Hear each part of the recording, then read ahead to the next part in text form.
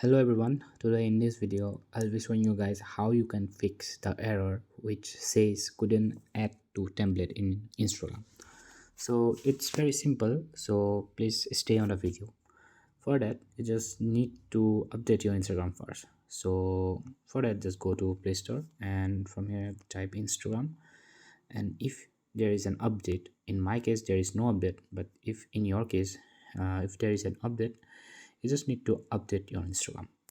After updating your Instagram, you need to go to the settings, and from there you need to delete your uh, cache and app data. So let's do it.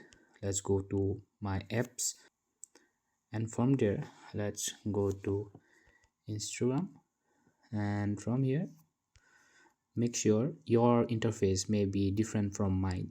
It depends on your phone.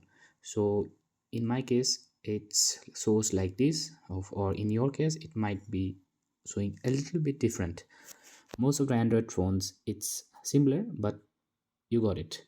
So in my case you just need to go to storage and cache, and from here just clear your storage and also clear your cache.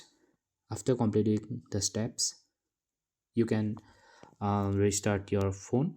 After restarting your phone, you open your Instagram, and most of the time it will fix your problem.